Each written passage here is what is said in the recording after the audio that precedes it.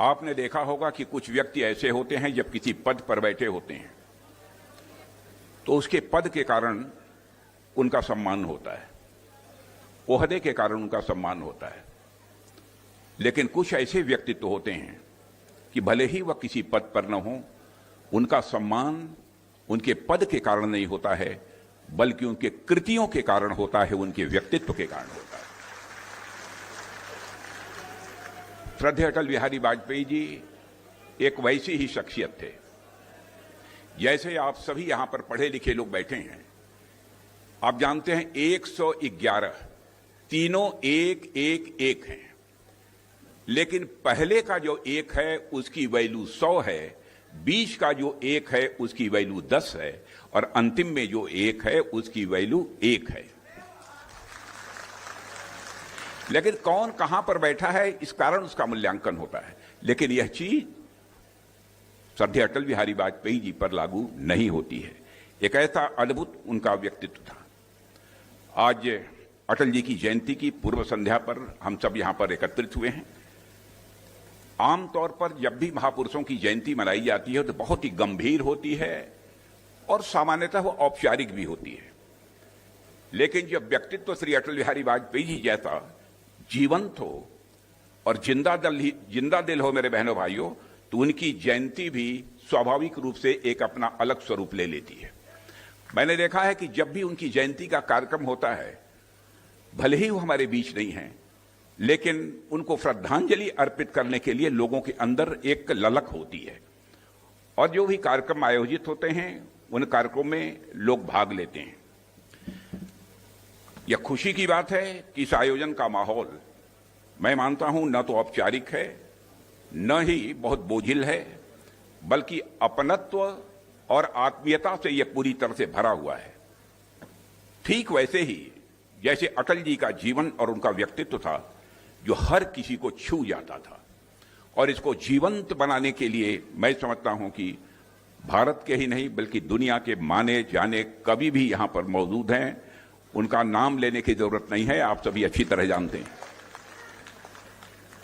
साथियों, अटल बिहारी वाजपेयी जी का जहां तक प्रश्न था, सार्वजनिक जीवन की उथल पुथल और शोर शराबे में भी कविता के कोमल स्वर को सदैव उन्होंने जीवित रखा है।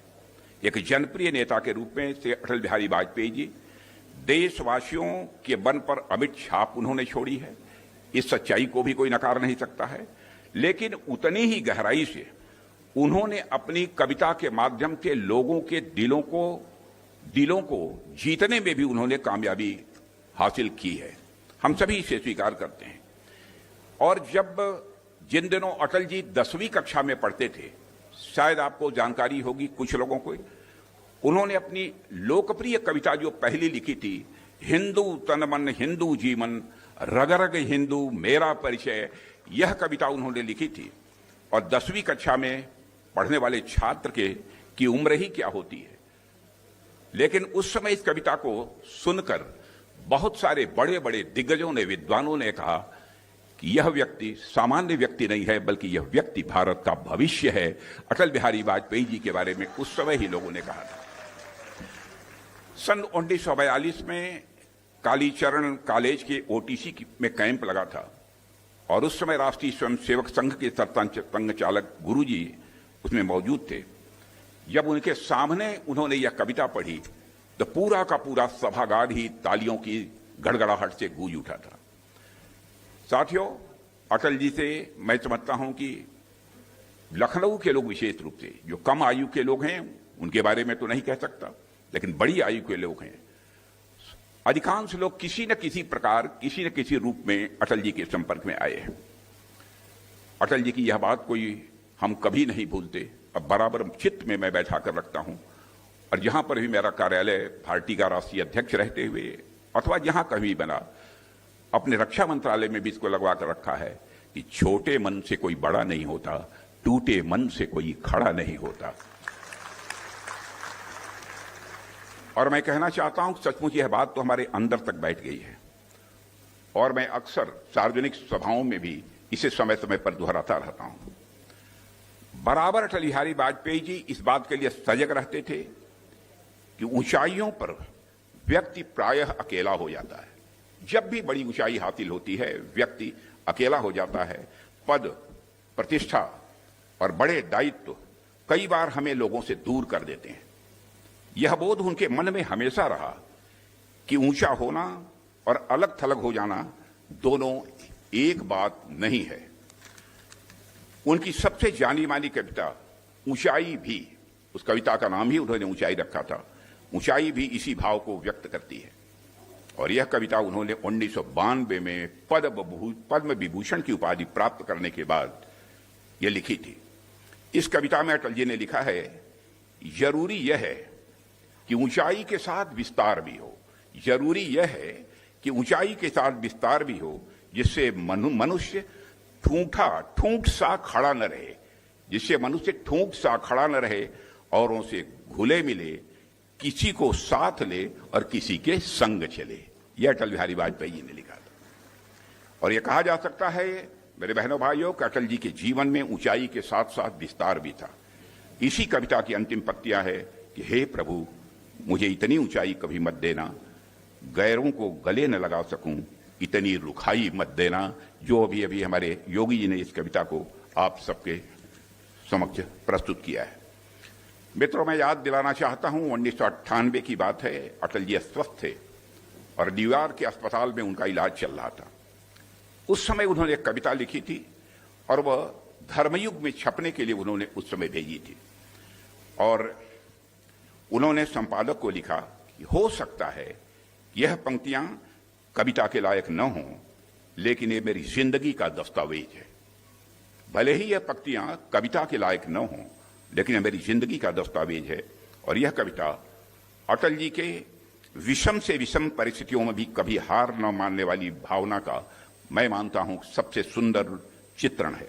उन्होंने लिखा था, टूटे हुए सपनों की कौन सुने सिसकी, टूटे हुए सपनों की कौन सुने सिसकी, अंतर की चीर व्यथा पलकों पर ठिक ठिक ठिठकी, हार नहीं मानूंगा, रार नहीं ठानूंगा, काल के कपाल पर लिखता गाता हूं, गीत नया गाता हूं। कैसा विलक्षण व्यक्तित्व था। और आप सब जानते हैं कि अटल जी जितने गंभीर थे उतने ही विनोद प्रिय थे। और लखनऊ के लोग तो विशेष रूप से उनके इस व्यक्तित्व से परिचित हैं। हंसते हंसते भी अटल जी बहुत ही गंभीर बातें बोल जाया करते थे। एक बार कुछ लोगों ने उन पर आरोप लगाया कि वह बहुत फर्म नहीं है, अटल जी आप बहुत दृढ़ नहीं हैं। तो उन्होंने इस अंदाज में कहा, क्यों आपने कहा? मैं आपसे कहना चाहता हूं कि आप नहीं जानते, भूल गए क्या, मैं अटल भी हूं लेकिन साथ ही बिहारी भी हूं।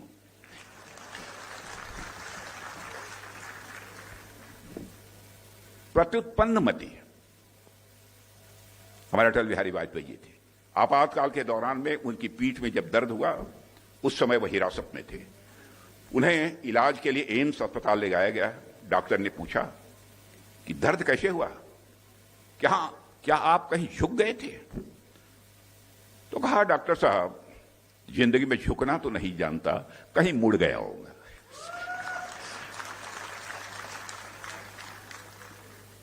इसी बात से प्रेरित होकर अटल जी ने आपातकाल के विरुद्ध एक कविता लिखी थी कि दांव पर सब कुछ लगा है, दांव पर सब कुछ लगा है, रुक नहीं सकते, टूट सकते हैं मगर हम झुक नहीं सकते।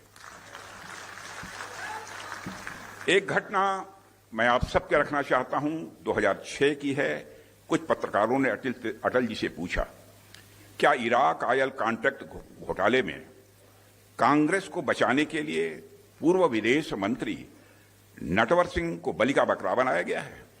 तो अटल जी ने जानते हैं क्या जवाब दिया?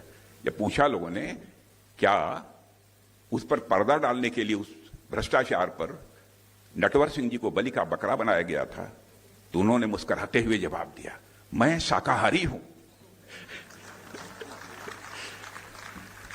बहनों भाइयों, एक बार जब अटल जी पाकिस्तान के दौरे पर थे, ध्यान से सुनिएगा, जब एक बार वो पाकिस्तान के दौरे पर थे, तो एक अविवाहित महिला ने उनसे कहा, उनके भाषण से प्रभावित होकर, आप मुझसे शादी कर लें लेकिन मुंह दिखाई में मुझे कश्मीर दे दें। तो उन्होंने कहा कि मैडम, मैं भी आपसे शादी करने को तैयार हूं, लेकिन दहेज में मुझे पूरा पाकिस्तान दे दी।